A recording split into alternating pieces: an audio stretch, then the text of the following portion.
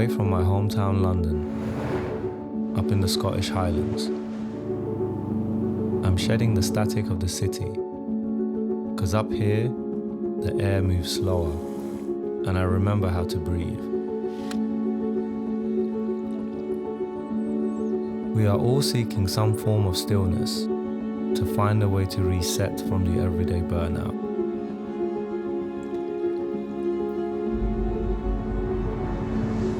And everyone is on their own journey.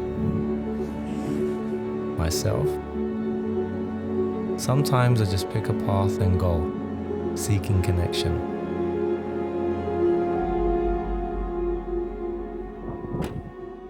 And it's in the most uncomfortable places that I feel most at home. It's where I feel most creative. And as long as I'm hydrated, well prepared, I'm sure I will discover something new.